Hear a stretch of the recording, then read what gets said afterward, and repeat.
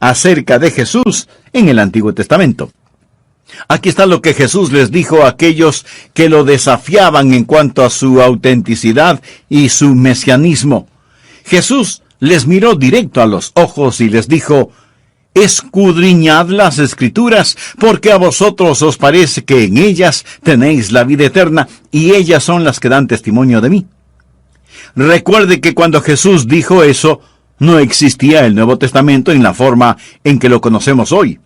Estaba siendo formado, pero aún no había sido escrito. Cuando Jesús dijo: escudriñad las Escrituras, porque a vosotros os parece que en ellas tenéis la vida eterna, Él estaba hablando acerca del Antiguo Testamento. Ahora, escúcheme bien, por favor.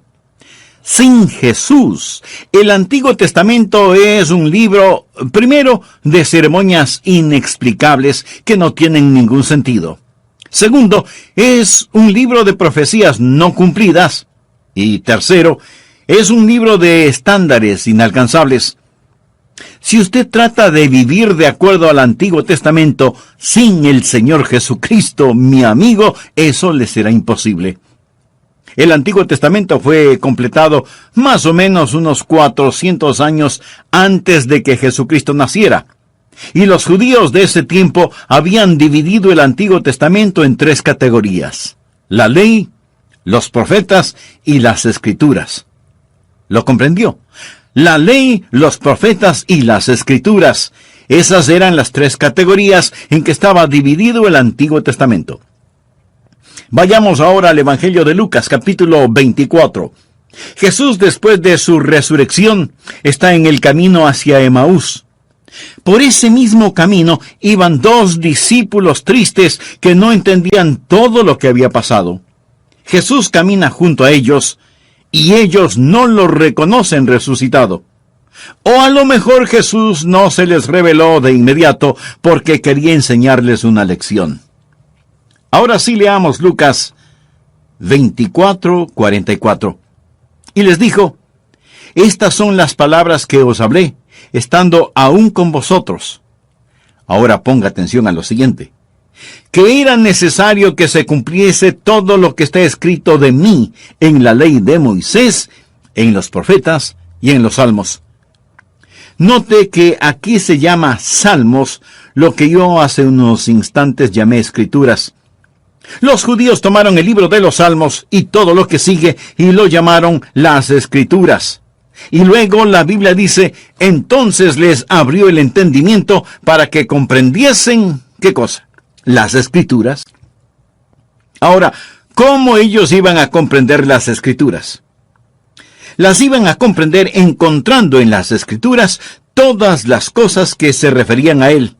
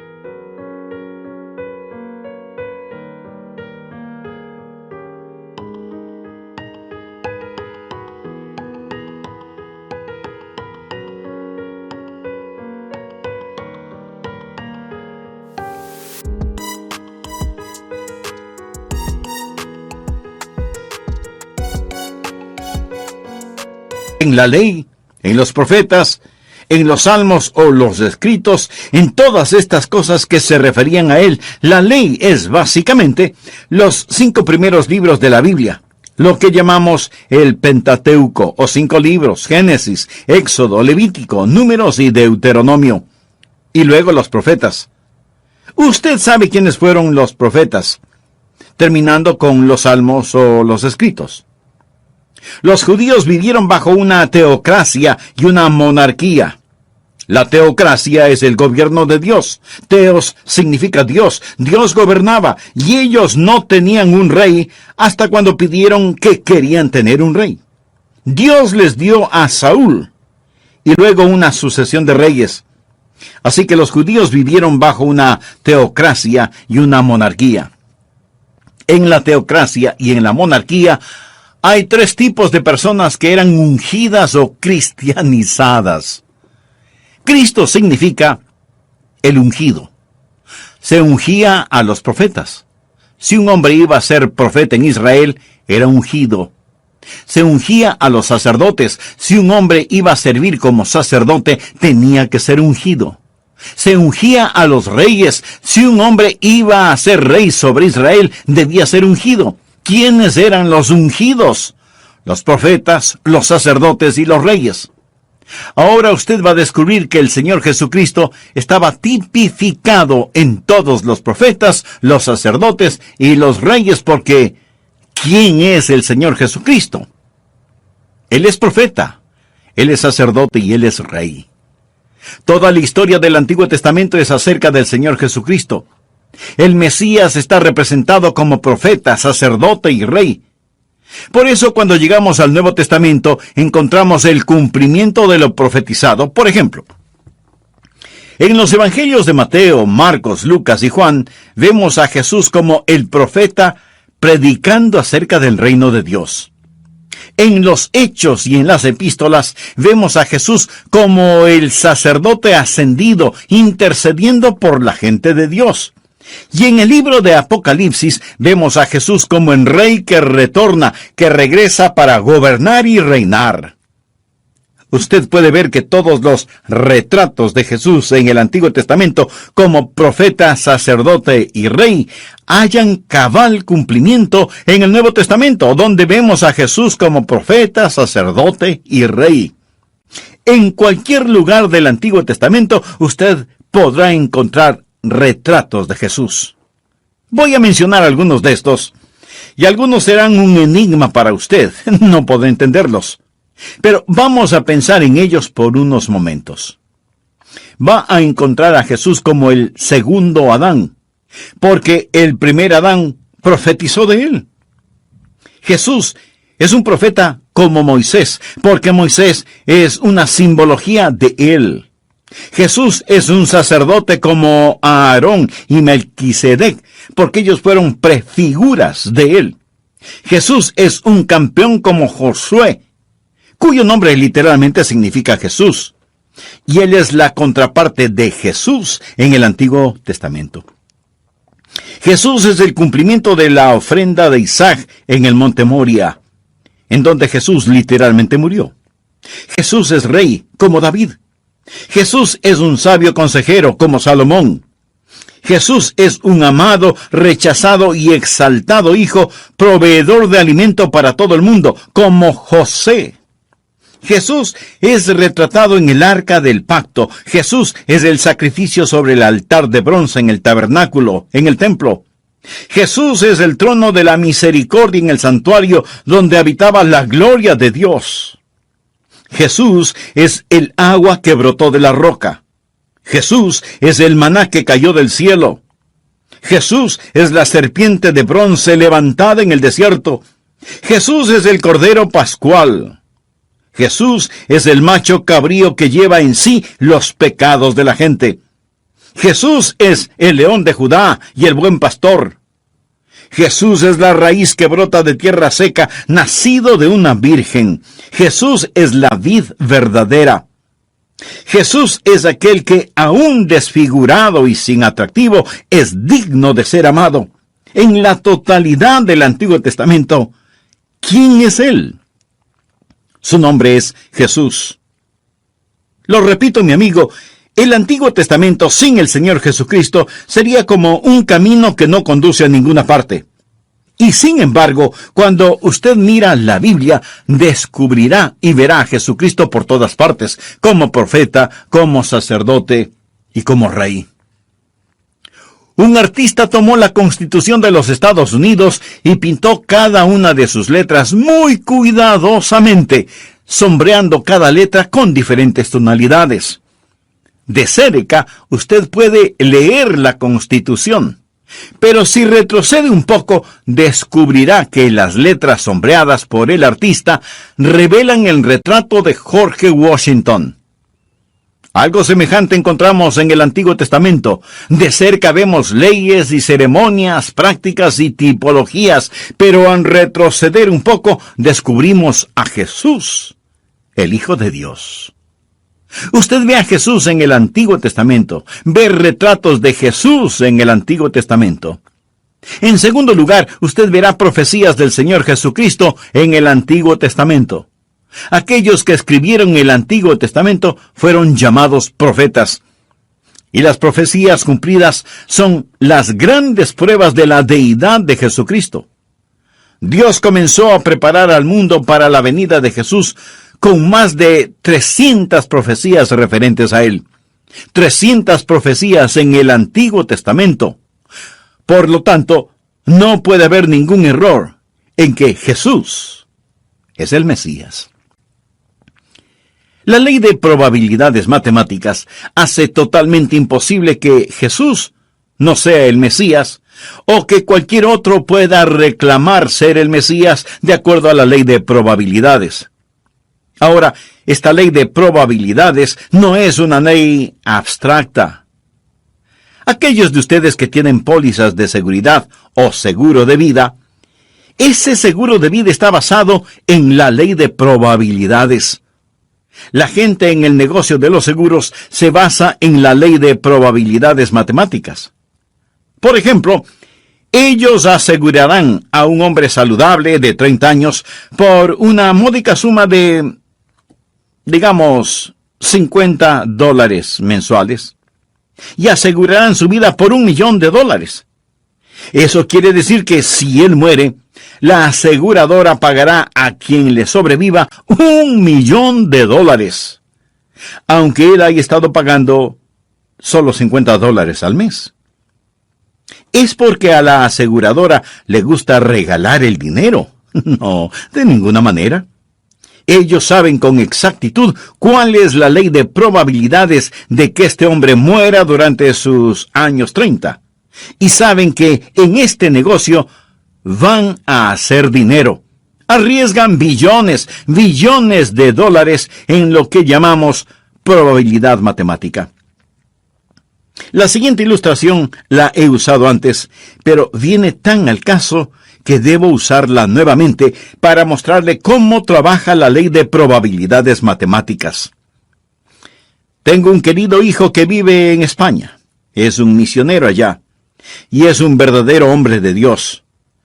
Mi esposa y yo amamos a nuestro hijo David, a su esposa Kelly, y a Jonathan y a Esteban. Los amamos con todo nuestro corazón. Les amamos tanto que deberían ver nuestro gasto telefónico. Ahora, suponga que quiero llamar a David allá en España. ¿Cree que puedo levantar el teléfono y marcar al azar algunos números y comunicarme con David?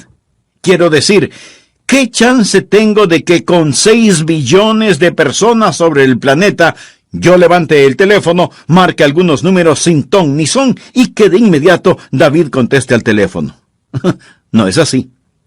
Déjeme decirle cómo trabaja esto. Primero, cuando levanto el teléfono, elimino a todas las personas del mundo que no tienen teléfono. Así que el campo se achica considerablemente. Ahora marco el 011. ¿Sabe lo que sucede cuando hago eso? Elimino a las personas que viven en América porque ese es un número para el extranjero. Luego marco el 34.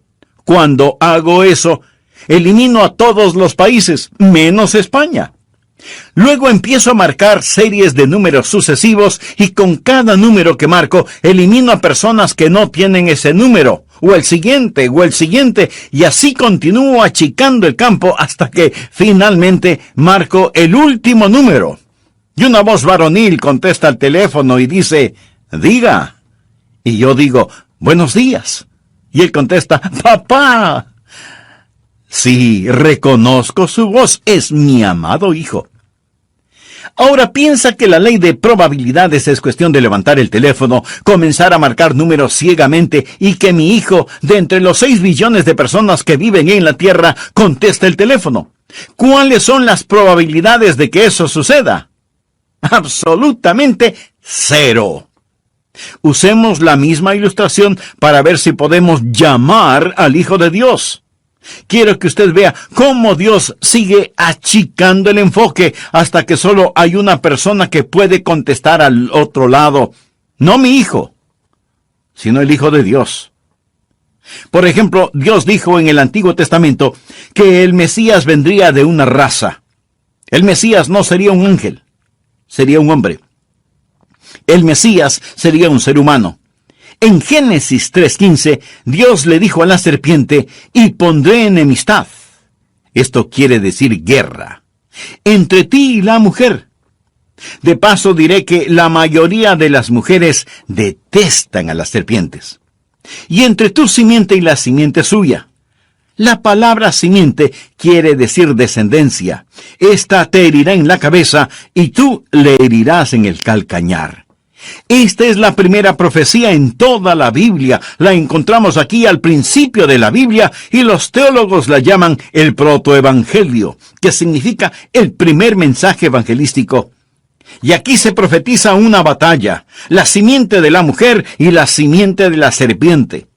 Y estamos viendo que esa batalla continúa a través de la historia. Pero no solo una batalla es profetizada, sino también un nacimiento.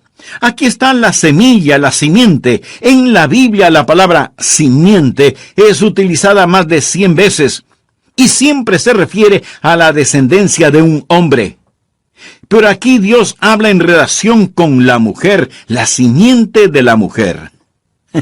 Los antiguos rabinos solían rascarse la cabeza y decir, no, es la simiente del hombre. Sin embargo, aquí en Génesis 3:15 se le llama la simiente de la mujer, una profecía del nacimiento virginal. No solo una batalla, no solo un nacimiento, sino también una herida es profetizada. La simiente de la serpiente heriría al Mesías en su talón, pero el Mesías le destrozaría la cabeza. ¿No es esto extraordinario? Quiero decir, aquí, al principio mismo de la Biblia, encontramos que el Mesías iba a ser un ser humano de la simiente de la mujer. Pero no solo iba a ser de una raza. Hemos levantado el teléfono y hemos marcado el primer número. En segundo lugar, sería de una sección de esa raza porque al pasar del tiempo hubo un hombre llamado Noé. Dios puso a Noé en el arca. Noé salió del arca y tenía 3 hijos, Cam, Sem y Jafet. También salieron del arca. ¿De quién sería descendiente el Mesías? Génesis 9:26 dice, dijo más, bendito por Jehová, mi Dios, sea Sem. El Mesías sería descendiente semita. Dios escogió a Sem, y cuando lo hizo, escúcheme, achicó mucho más el enfoque y eliminó 2/3 de la población terrestre. El Mesías descendería de Sem. Pero Dios no solo escogió una simiente y de esa simiente escogió una sección, sino que de esa sección Dios escogió una nación. Porque unos 2000 años antes de que Jesús naciera, Dios se acercó a un hombre llamado Abraham y le dijo, Abraham, voy a hacer de ti una nación. Génesis 12, desde el versículo 1 dice, pero Jehová había dicho a Abraham, ese era su nombre antes de que Dios lo cambiara a Abraham, vete de tu tierra y de tu parentela y de la casa de tu padre, a la tierra que yo te mostraré. Y haré de ti una nación grande y te bendeciré y engrandeceré tu nombre y serás bendición. Bendeciré a todos los que te bendijeren y a los que te maldijeren maldeciré y serán benditas en ti todas las familias de la tierra. Voy a detenerme en este punto para continuar con este mensaje en el próximo programa. Antes de finalizar, permítame preguntar, ¿está usted gozando de la bendición de ser un hijo de Dios? Recuerde que no solo recibimos bendiciones cuando somos hijos de Dios, sino que el ser un hijo de Dios es ya una bendición.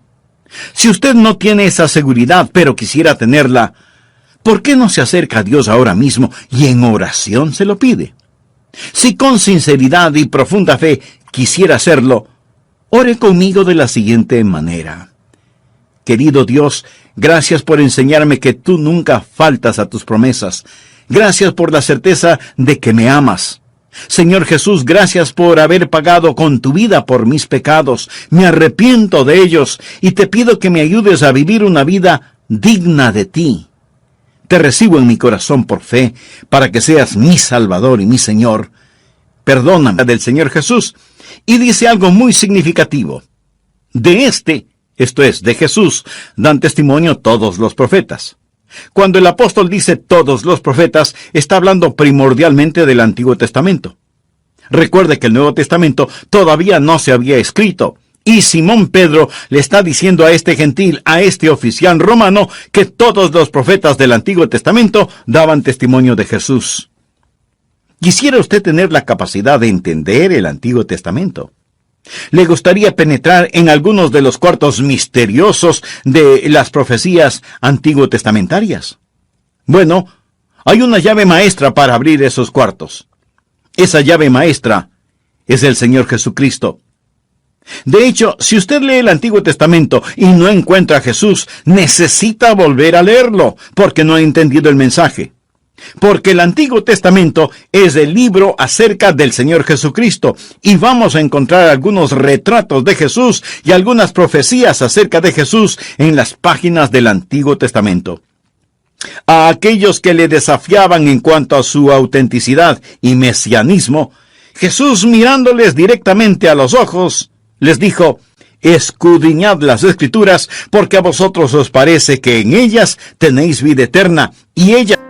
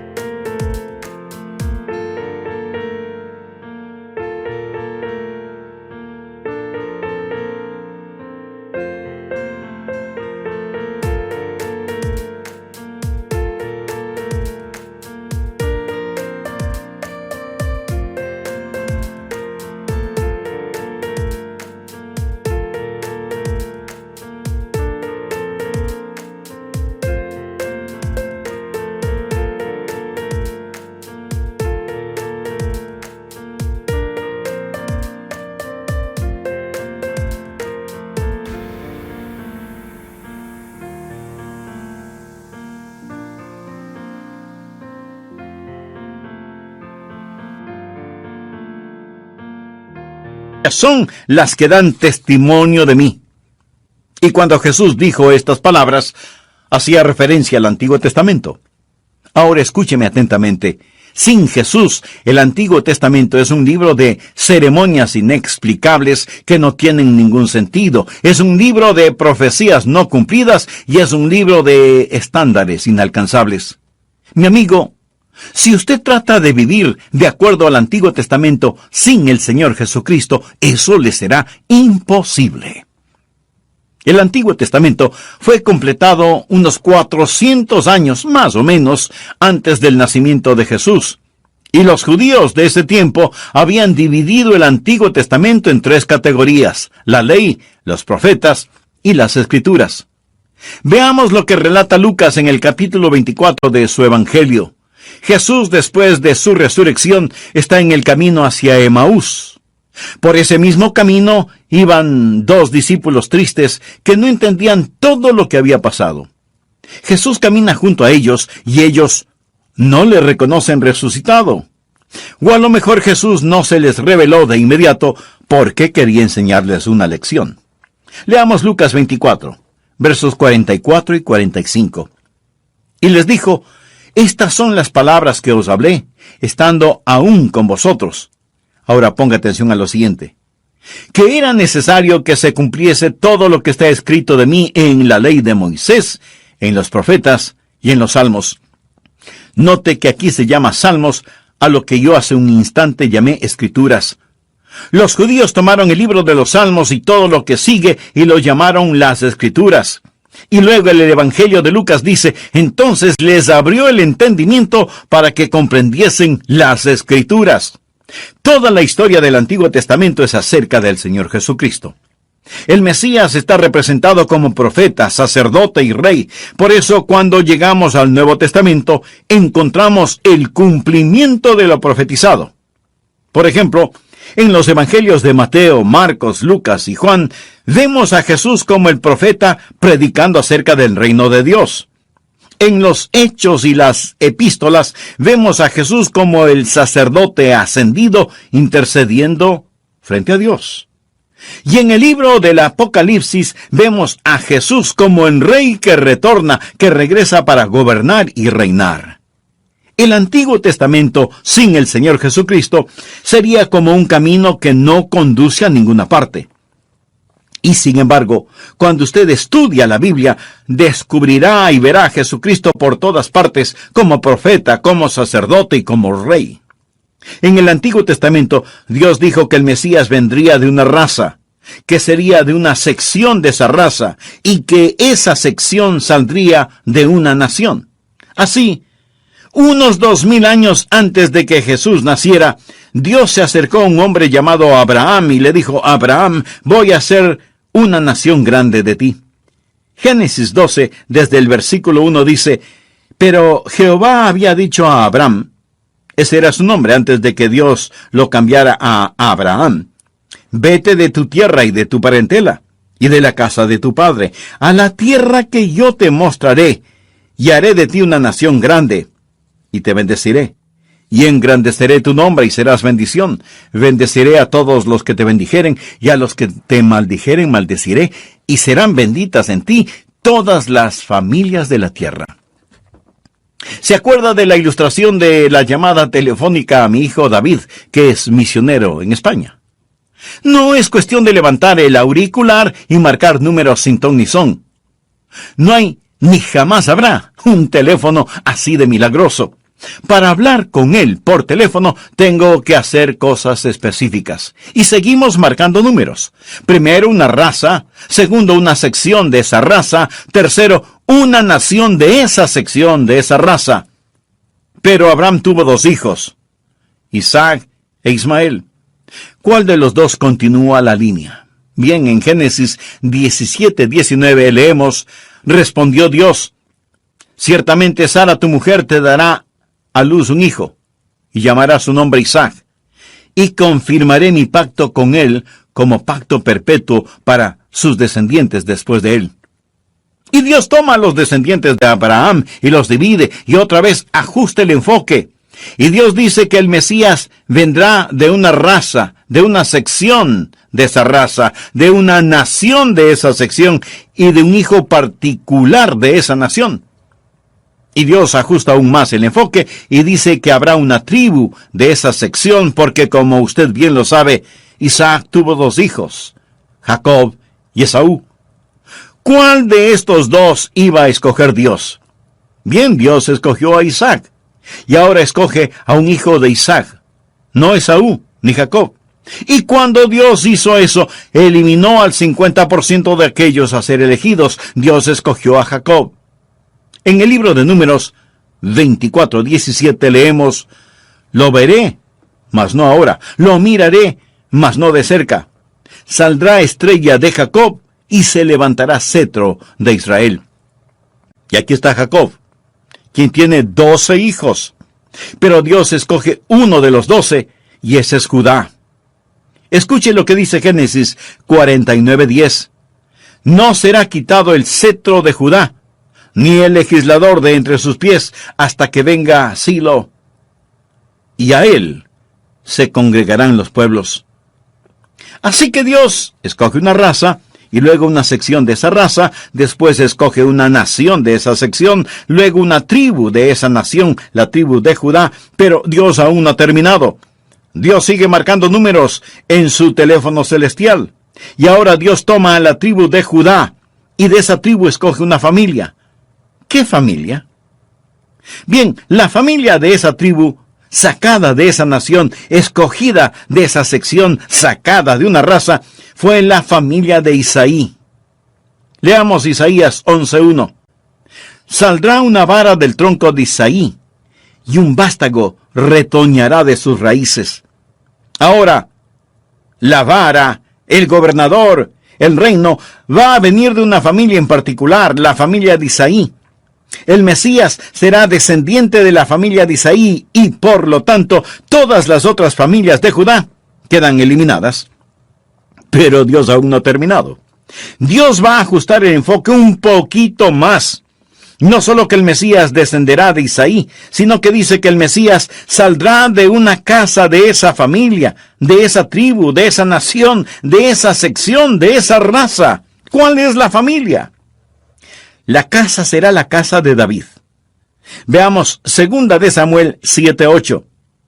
Ahora pues dirás así a mi siervo David: así ha dicho Jehová de los ejércitos: yo te tomé del redil, de detrás de las ovejas, para que fueses príncipe sobre mi pueblo, sobre Israel. Y cuando tus días sean cumplidos y duermas con tus padres, yo levantaré después de ti a uno de tu linaje, el cual procederá de tus entrañas. Esto es, un descendiente de David. Y afirmaré su reino. Ahora, Isaí tuvo 8 hijos, y 7 de los 8 fueron eliminados. Dios sigue ajustando el enfoque. El Mesías descendería de la casa de David, pero Dios todavía no ha terminado. Tenemos la casa de David, pero ahora habrá cierta mujer de la casa de David, de esa familia, de esa tribu, de esa nación, de esa sección, de esa raza. Esta mujer sería una virgen. Isaías 7:14 dice: por tanto, el Señor mismo os dará señal. He aquí que la virgen concebirá y dará a luz un hijo. No cualquier hija de la casa de David, sino una virgen concebiría en su vientre un hijo. Ahora escúcheme, un hijo nació de esa virgen, de esa casa, de esa familia, de esa tribu, de esa nación, de esa sección, de esa raza. Pero Dios no ha terminado todavía. Él no puede nacer donde quiera. Tiene que nacer en Belén.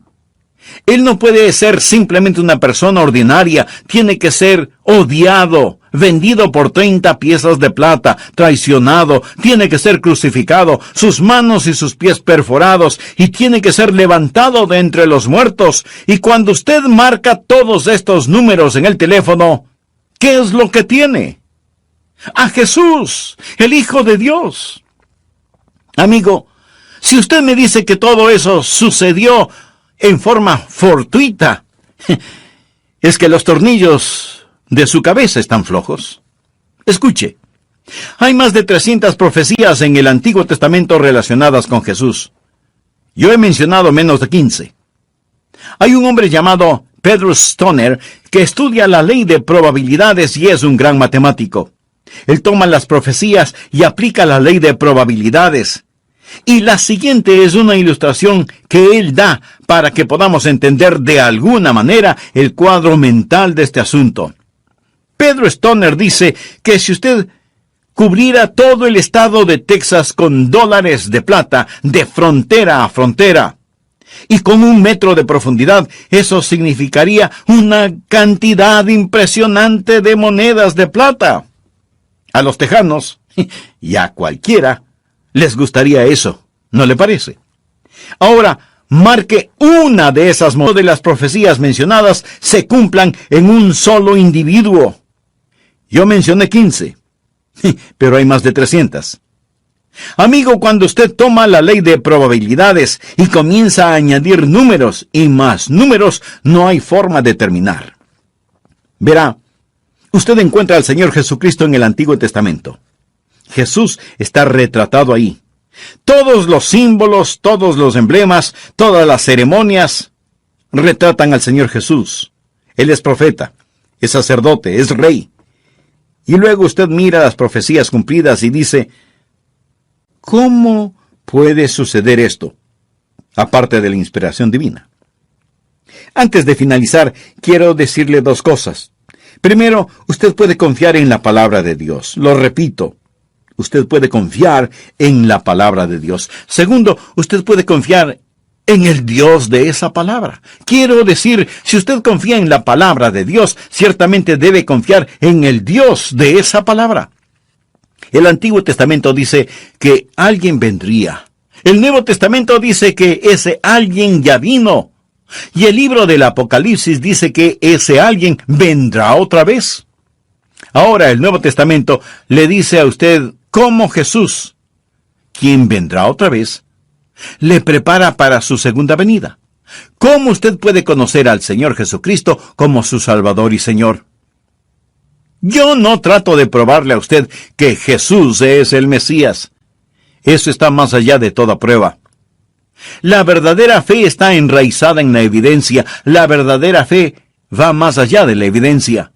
La verdadera fe se vuelve su propia y mejor evidencia. Si usted trata de explicar a Dios, se morirá y se irá al infierno. Y no habrá podido explicar a Dios. La Biblia dice, ¿podrá el hombre, con su razón, encontrar a Dios? Nada podrá sostener ninguna cosa más allá de su propia capacidad. En otras palabras, usted no puede poner 2 galones de líquido en un recipiente de 1 galón. ¿Y cree usted que puede meter a Dios en su mente? No. Su mente no tiene la capacidad para contener a Dios. Por lo tanto, no trate de eliminar a Dios solo porque no lo entiende. Verá, para que yo pueda tener un Dios que pueda adorar, Él debe ser un Dios mucho más grande que mi mentalidad. Si yo puedo entender a Dios, Dios no sería más grande que mi intelecto, lo cual lo haría un Dios demasiado pequeño como para que yo le adore. Ahora, si pudiéramos entender a Dios, no lo necesitaríamos. Mi amigo, permítame decirle algo. No tenemos que entender a Dios para conocerle. Cuando era un niño, yo veía que mi papá salía rumbo a su trabajo. Yo no sabía a dónde iba ni lo que hacía, pero lo conocía personalmente y lo amaba. Mi amigo, usted no tiene que entender cómo Dios gobierna el formidable universo para poner su fe y su confianza en Él.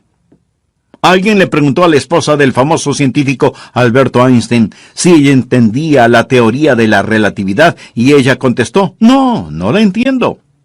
Pero entiendo a mi esposo porque le conozco.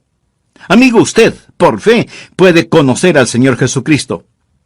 Si yo tuviera 1000 vidas para vivir, le daría a Jesús cada una de ellas. Podría inclinar su cabeza en oración.